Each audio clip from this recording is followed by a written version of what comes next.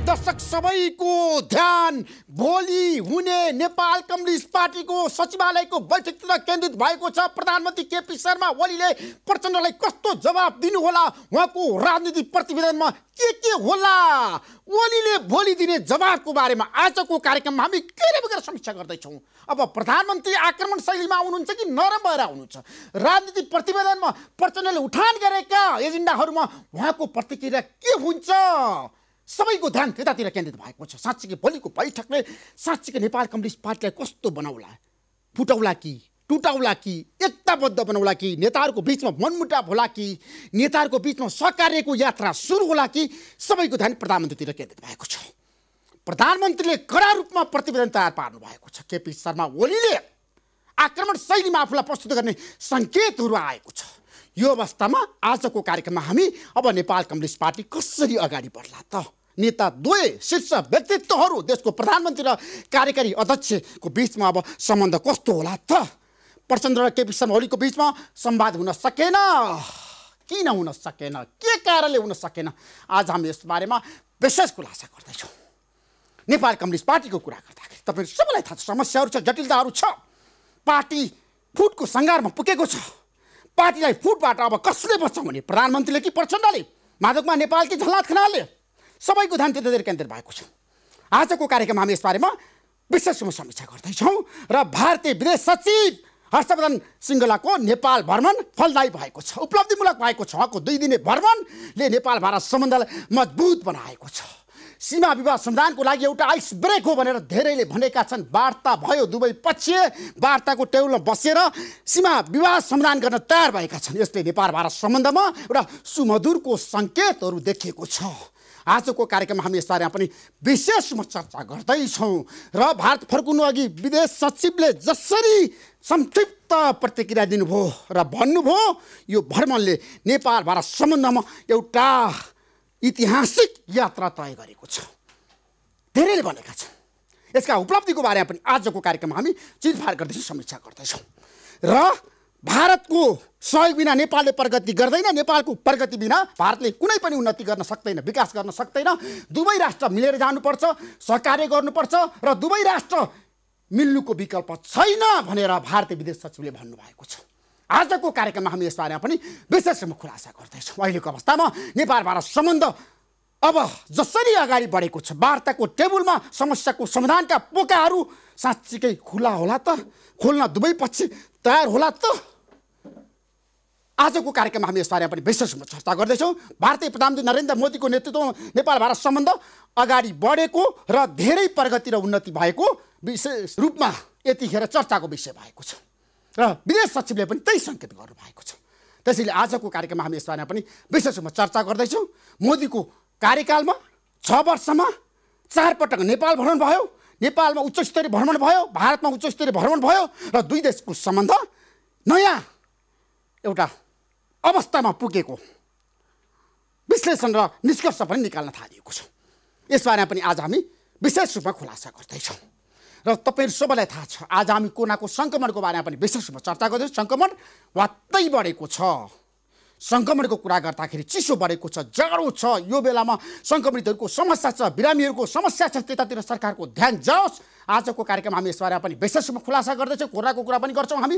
आज प्रमुख प्रतिपक्ष नेपाली कङ्ग्रेसको बारेमा हामी चर्चा गर्दैनौँ, परिचर्चा र बहस गर्दैनौँ, किन भन्दाखेरि काङ्ग्रेस अब यतिखेर के गर्दैछ, भोलिको जनता जान्न चाहन्छन् कार्यक्रममा हामी विशेष रूपमा खुलासा गर्नेछौँ। र पूर्व राजा ज्ञानेन्द्रको पक्षमा किन विरोध प्रदर्शन भइरहेको छ, के कारणले, यसका आधारको बारेमा पनि आज हामी खोतल्दैछौँ। हाम्रो देशमा परिवर्तन विरोधीहरू सलबल आएका हुन् त? सङ्घीय लोकतान्त्रिक गणतन्त्र संस्थागत भइसकेपछि फेरि पनि राजा आऊ देश बचाऊ भनेर किन जनता सडकमा आइरहेका छन्, यसको बारेमा पनि आज हामी विशेष चर्चा गर्छौँ। केही समयको विश्रामपछि आउनेछु। प्रतिक्रिया गर्नुहोस्, जनता जान चाहन्छन् कार्यक्रम हेर्दै गर्नुहोस्।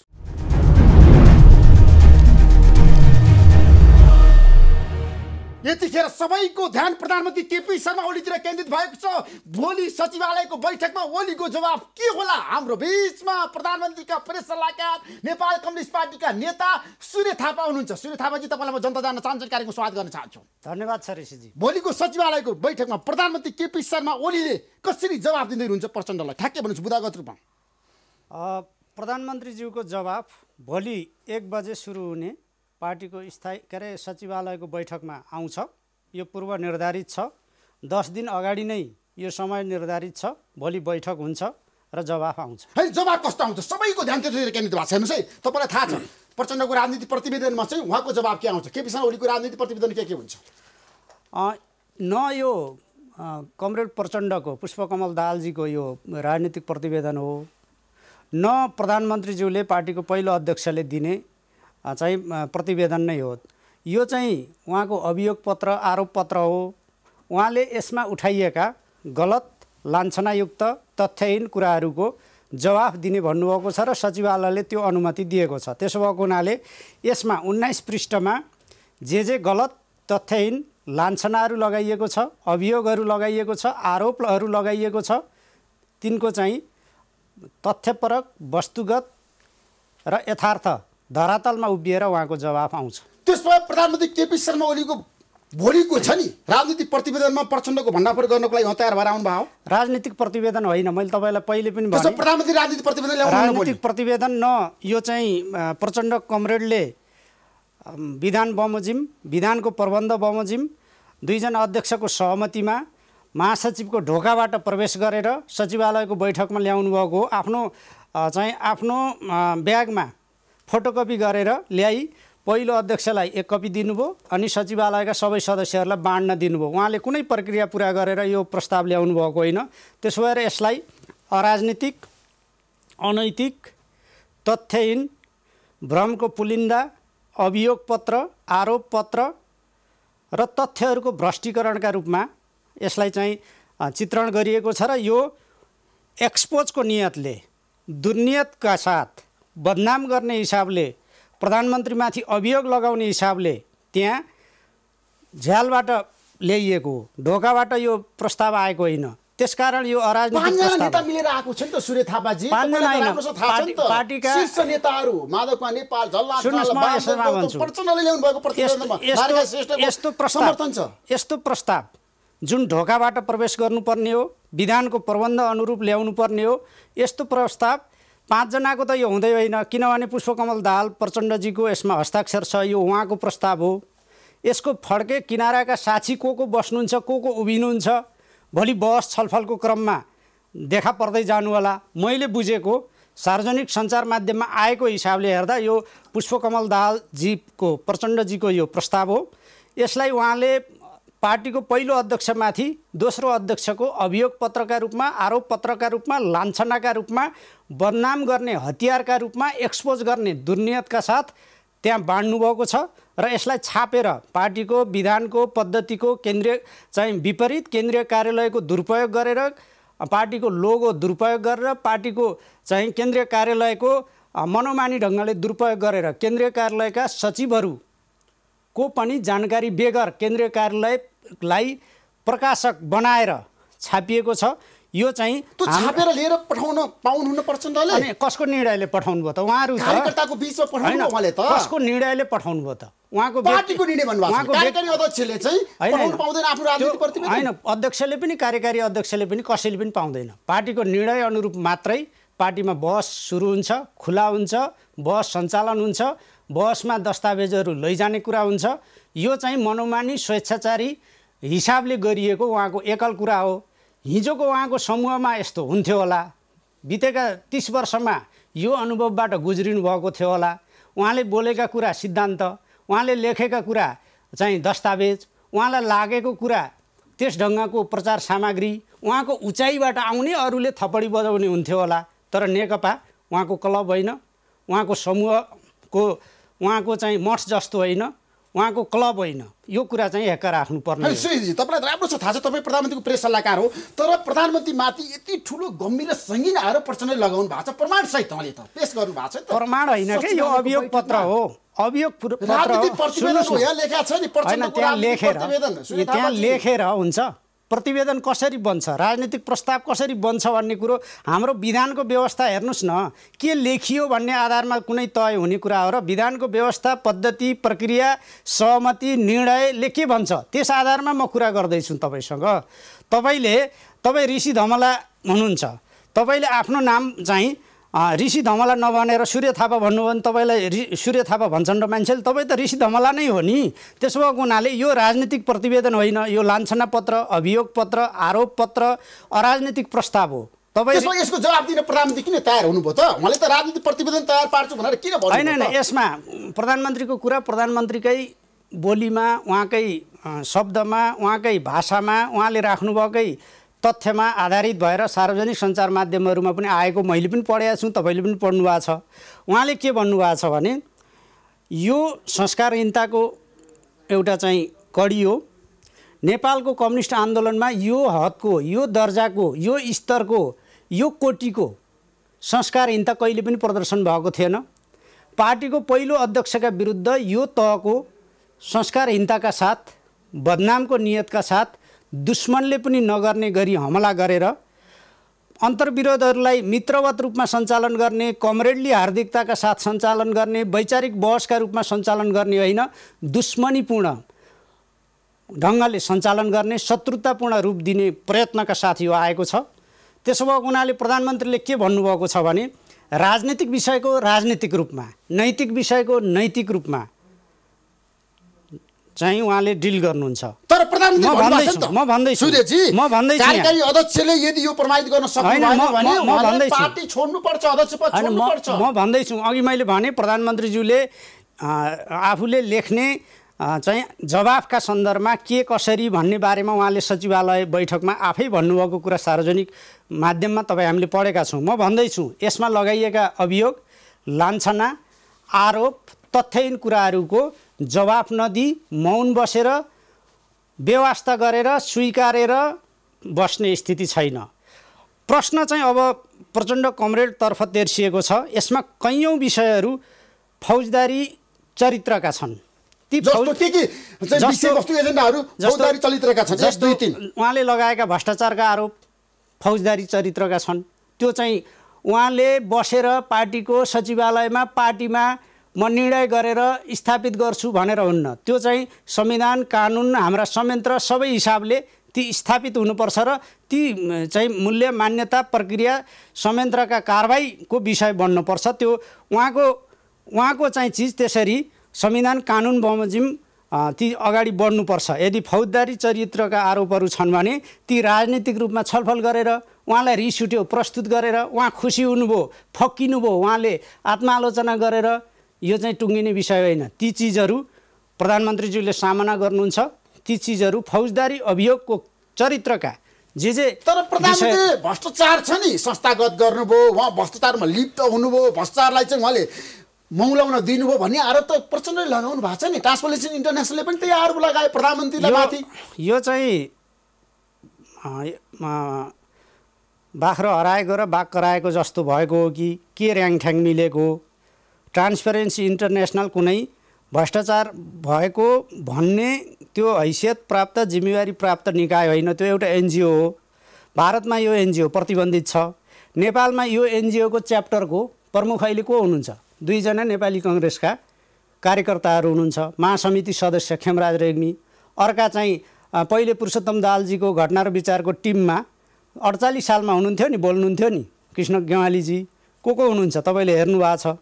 कोही प्रोफेसनल मान्छेहरू छैनन्। सरकारसँग, सरकारका कामसँग आत्तिएका र सरकारलाई विभिन्न रूपमा बदनाम गर्न चाहने व्यक्तिहरूले यसको चाहिँ नेपालमा कस्तो सर्वे गर्नुभयो, को संलग्न गर्नुभयो, स्याम्पल साइज के हो, त्यसको प्रोफेसनल ग्राउन्ड के हो, कुन निकायले गरेको, स्याम्पलमा काङ्ग्रेस छानेर अथवा सरकार विरोधी मान्छे मात्रै छानेर अथवा प्रचण्डजीले आरोप लाउनु भएको छ उहाँको नजिकका मान्छे छानेर गरिएको हो कि यसको तथ्य, यसको चाहिँ स्याम्पल साइज, यसको सर्वेक्षणको आधिकारिकता, यसको चाहिँ प्रश्न चिन्ह मुक्त अवस्था हो कि होइन, यी चिजमा हामीले विचार गर्नुपर्छ।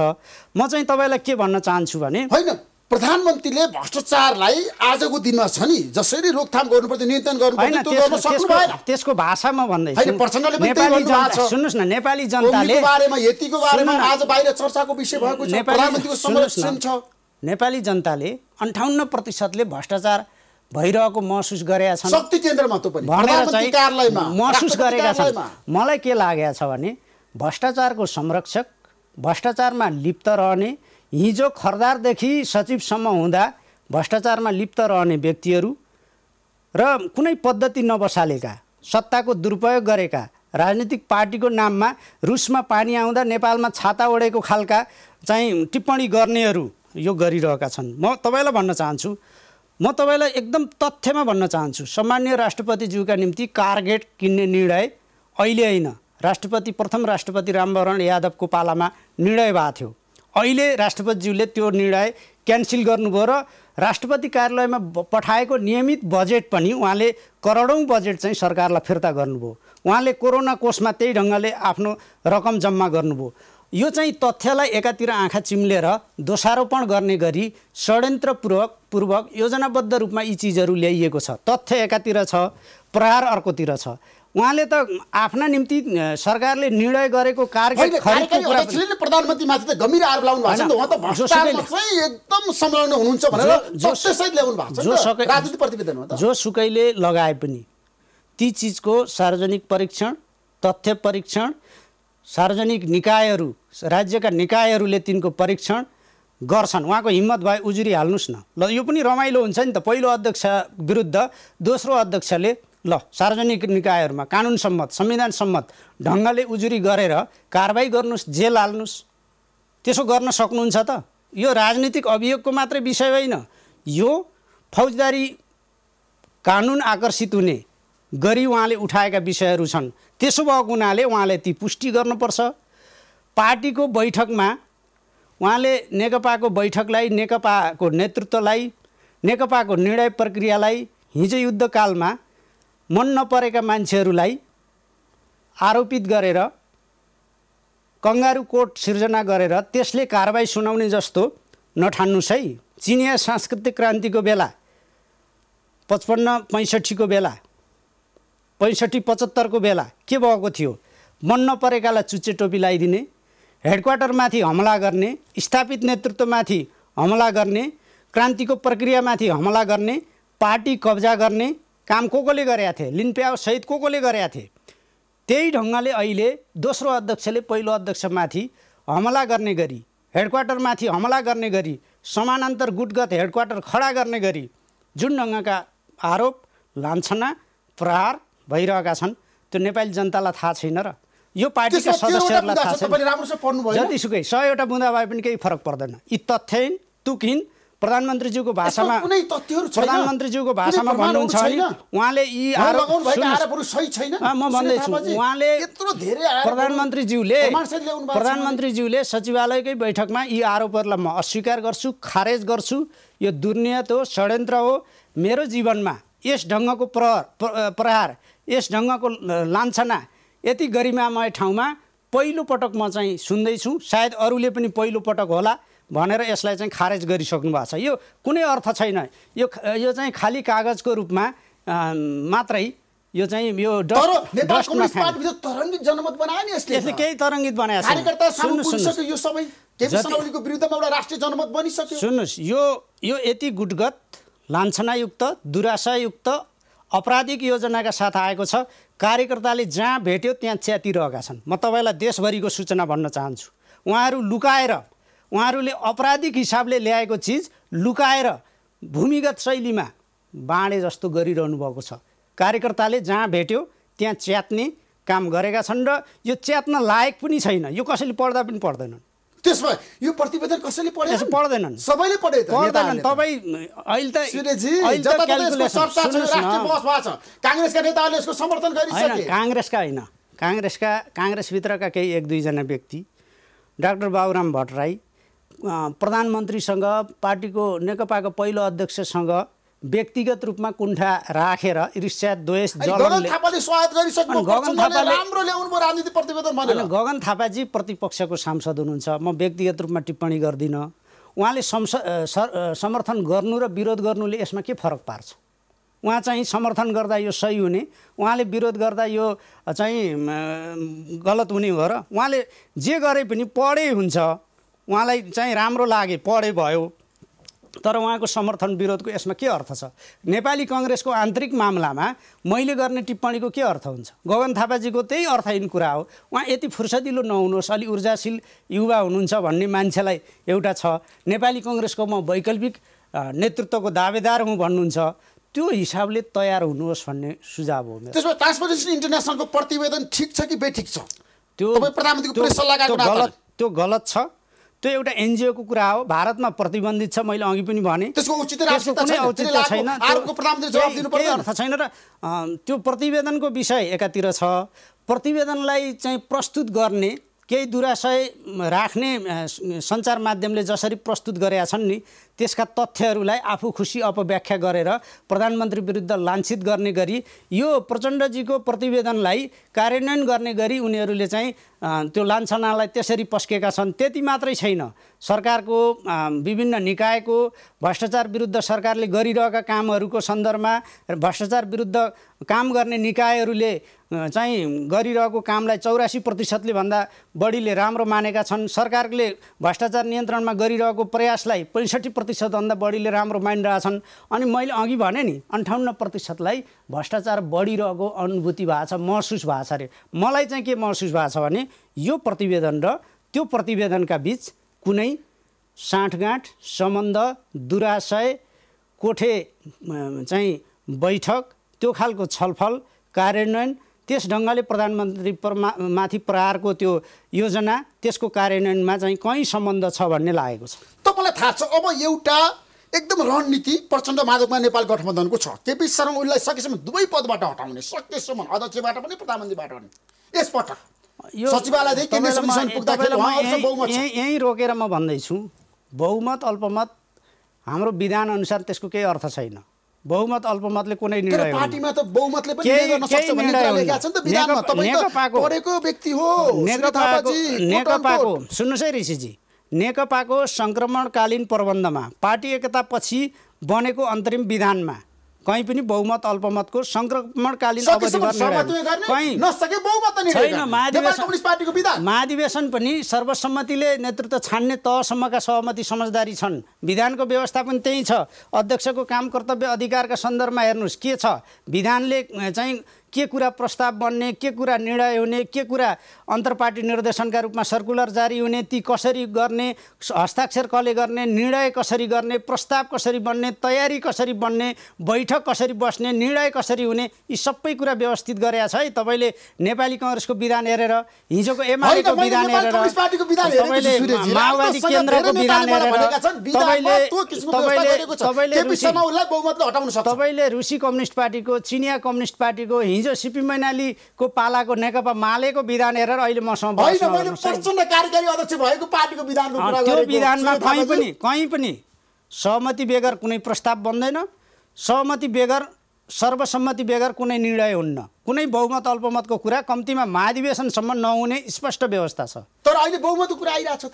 बहुमतको कुरा त सपना देख्न सक्नुहुन्छ नि त। बहुमतको परीक्षण गर्ने हो नि, त्यो बाटोबाट अगाडि बढ्ने भनेर जेठ 2 गतेको, जेठ 3 गतेको एकताको चाहिँ जे कोर्स सुरु गरेको थियो त्यो उल्टाए भयो नि त। सबैले त्यो गरौँ भनेर अगाडि बढे भयो नि त। तर सचिवालयमा प्रधानमन्त्री अल्पमतमा, स्थायी समिति अल्पमत, केन्द्रीय समिति अल्पमत, संसदमा अल्पमत, सुन्नुहोस्, प्रधानमन्त्रीले कहीँ पनि टाउको गर्नु भएको छैन। टाउको नगनौँ भनिरहनु भएको छ। आजका मितिसम्म टाउको गन्तीको राजनीति म गर्दिनँ भन्नुभएको छ। तपाईँ शक्तिको कुरा गर्नुभयो, हैसियतको कुरा गर्नुभयो। हैसियत र शक्तिको कुरा गरेको मैले। तपाईँले शक्ति र हैसियतको कुरा गर्नुभयो। नेकपा चाहिँ शक्ति र हैसियतको आधारमा नेतृत्व निर्माण भएको हिसाबले यहाँसम्म आएको पार्टी हो। त्यस हिसाबले म तपाईँलाई भन्दैछु, 13 लाख मत र 32 लाख मत कसले ल्याएका हुन् तपाईँ आफै हिसाब गर्नुहोस्। 32 लाख मत कसको हो, 13 लाख मत कसको हो? तत्कालीन माओवादी केन्द्र 13 लाख 32 लाख तत्कालीन एमाले। मलाई तपाईँलाई सोध्दैछु। दोस्रो, संसदमा, सङ्घीय संसदमा 60% र 40% हिस्साका उम्मेदवार कसले उठाएका हुन् र त्यसमा जित्दाखेरि 29% र 71% कसको आएको? हैसियतका आधारमा म भन्दैछु। तपाईँलाई म अर्को कुरा भन्दैछु, केन्द्रीय कमिटीमा 55% र 45% हिस्सा हैसियत चाहिँ भागबण्डा गरिएको कसको? तपाईँ जवाफ दिनुहोस् मलाई। तपाईँ मौन नबस्नुहोस् न। म भन्दैछु गठबन्धन गर्न सक्नुहुन्छ। समस्या यही हो, पार्टीको विधानले, प्रक्रियाले, पद्धतिले, निर्णयले, थाई कमिटीको पछिल्लो समस्या समाधान गर्ने निर्णयले, त्योभन्दा अगाडि बनाएको कार्यदल, त्यसको प्रतिवेदनले सबै कुरा सहमतिमा गर्ने, 2 जना अध्यक्षको बिचमा परामर्शले गर्ने, निर्णयमा गर्ने, त्यो भनेको छ। समीकरणका चक्कर उहाँहरूले 200वटा गुटका बैठक गर्नुभएको छ नि त गत वैशाखदेखि यता। उहाँहरूले कहाँ कहाँ गर्नुभयो? खुमलटार गर्नुभयो, पेरिस डाँडा गर्नुभयो, धुम्बराईमा पनि 3वटा 4वटा गर्नुभयो, बाछाबाछी टोलमा गर्नुभयो, बालकुमारीमा गर्नुभयो, कहाँ कहाँ गर्नुभयो? 200भन्दा बढी गुटका बैठकहरू समीकरणका लागि भैँसे पार्टी, हात्तीवन, झम्सी खेल कहाँ गर्नुभयो? ती सबै एक एक हिसाब त छन् नि त।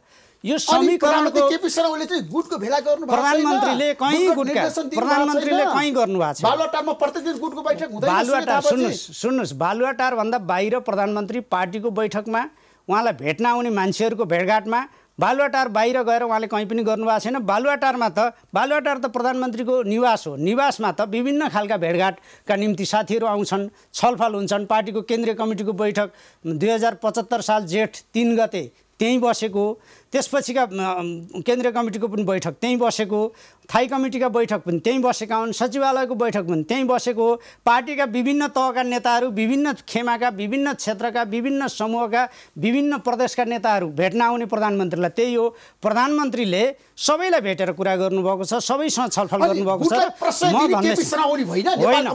होइन, अहिले होइन। उहाँ टाउको गन्तीमा, गुटबन्दीमा, गुटगत गतिविधिमा, गुटगत क्रियाकलापमा र समीकरणमा कहीँ पनि हुनुहुन्न। तर लोकतन्त्रमा त बहुमतको निर्णय त सबैले मान्नुपर्छ नि सूर्य थापाजी। पार्टीभित्र सुन्नुहोस्, लोकतन्त्रको आफू खुसी, आफू अनुकूल, आफूलाई पाएक पर्ने व्याख्या कसैले गर्नुहुन्न।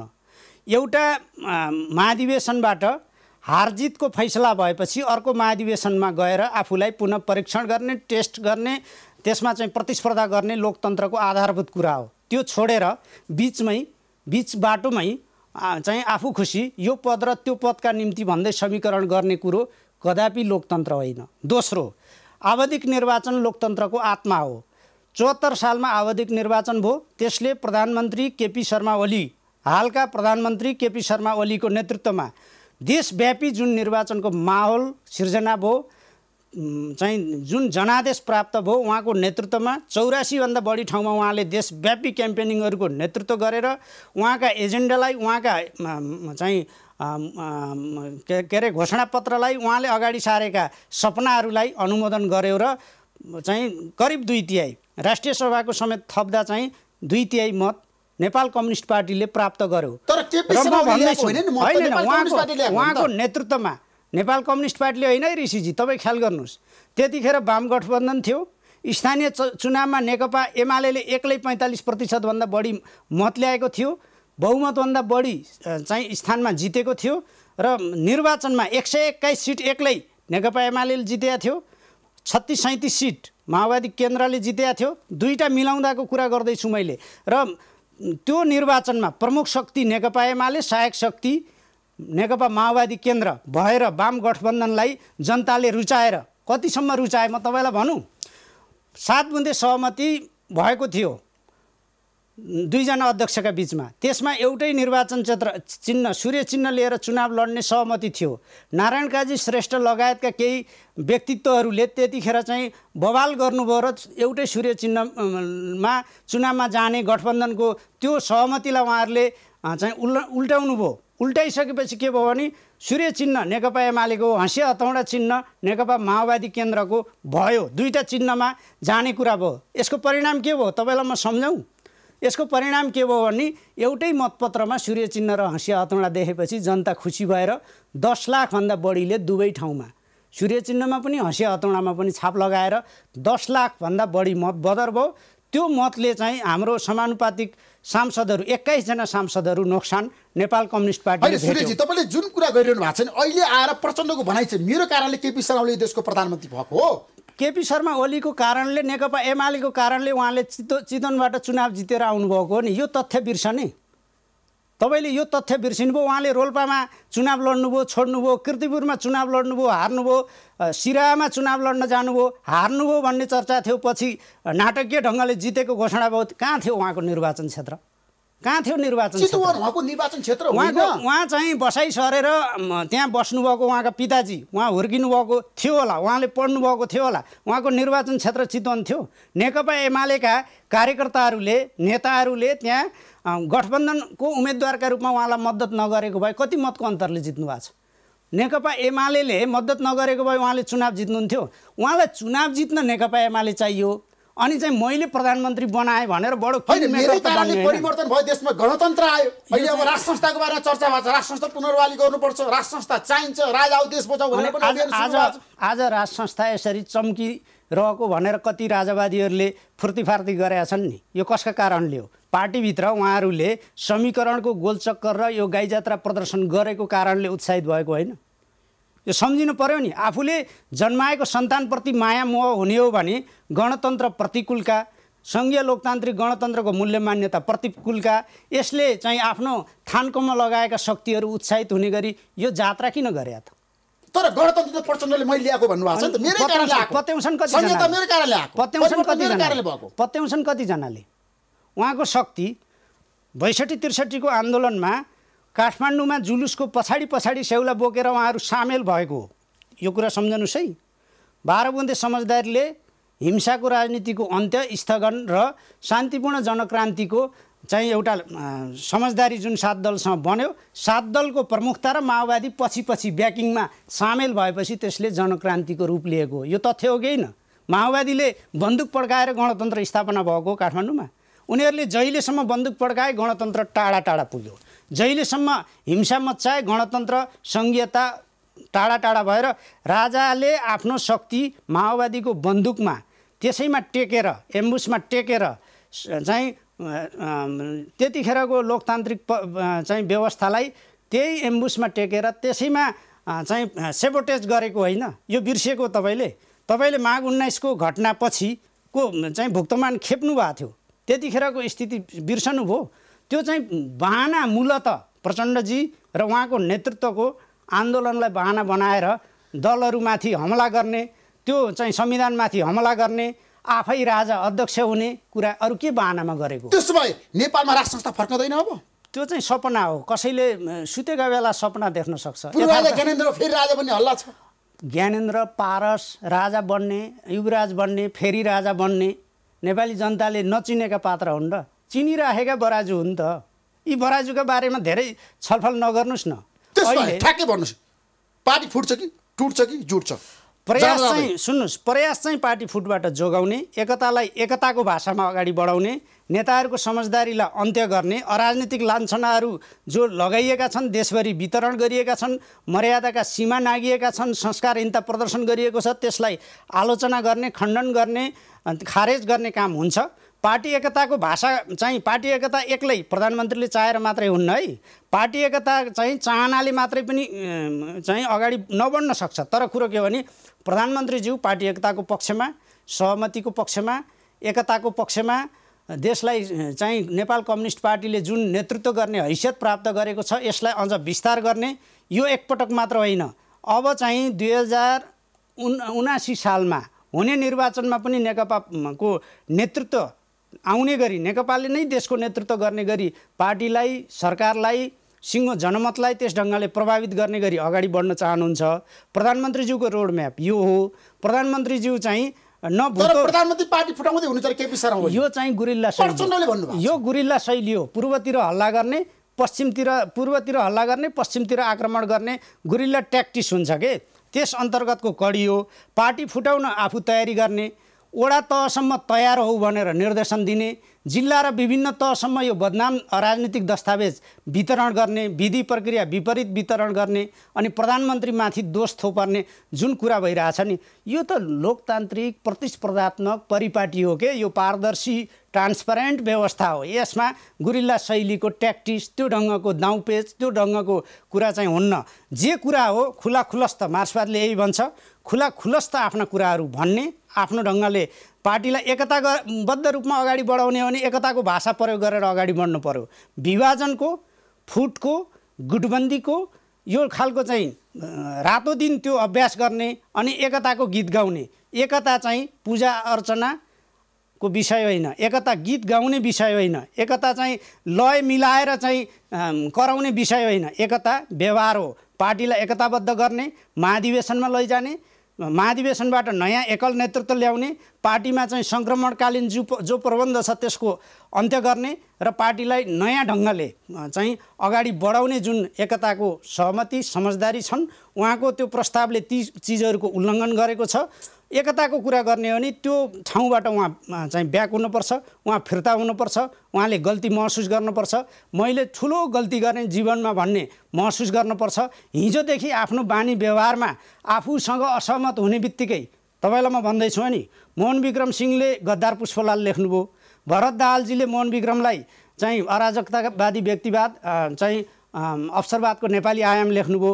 उहाँले प्रचण्डजीले अरू कोलाई आरोप लाउनुभयो, बादलजीलाई लिन प्याओ भनेर भन्नुभयो, अनि आलोकलाई के लगाउनु भयो, आलोकको चाहिँ जीवन नै हरण कसरी भयो त, पार्टीभित्रको अन्तर सङ्घर्षका कारणले भयो। त्यसो भएर आफूलाई मन नलागेका, आफूले आफ्नो चाहिँ कुरासँग सहमत नहुने, उहाँका गलत चिजसँग सहमत नहुने माथि आरोप लगाउने, स्थापित नेतृत्वलाई खुइल्याउने, स्थापित नेतृत्वको तेजोवध गर्ने, आफ्नो योग्यताले होइन यस्तै खालका चाहिँ गलत तरिकाले आफ्नो अपरिहार्यता प्रस्तुत गर्ने जुन तरिका अपनाउँदै आउनु भएको छ, यो छोडेर एकताको सहमतिको बाटोमा अगाडि बढ्नुभयो भने एकता सहमति हुन्छ। बल उहाँको कोर्टमा छ, उहाँलाई इच्छा लागेन, उहाँलाई एकताले पुग्यो भनेर अगाउनु भयो, उहाँले एकताको भाषा चाहिँ बोल्न छोड्नुभयो, समीकरणको भाषा बोल्न छोड्नुभयो भने विधान पद्धति प्रक्रियाभन्दा भिन्न ढङ्गका चाहिँ चलखेलहरू किमार्थ स्वीकार्य हुन्नन्। म यति कुरा भन्दैछु र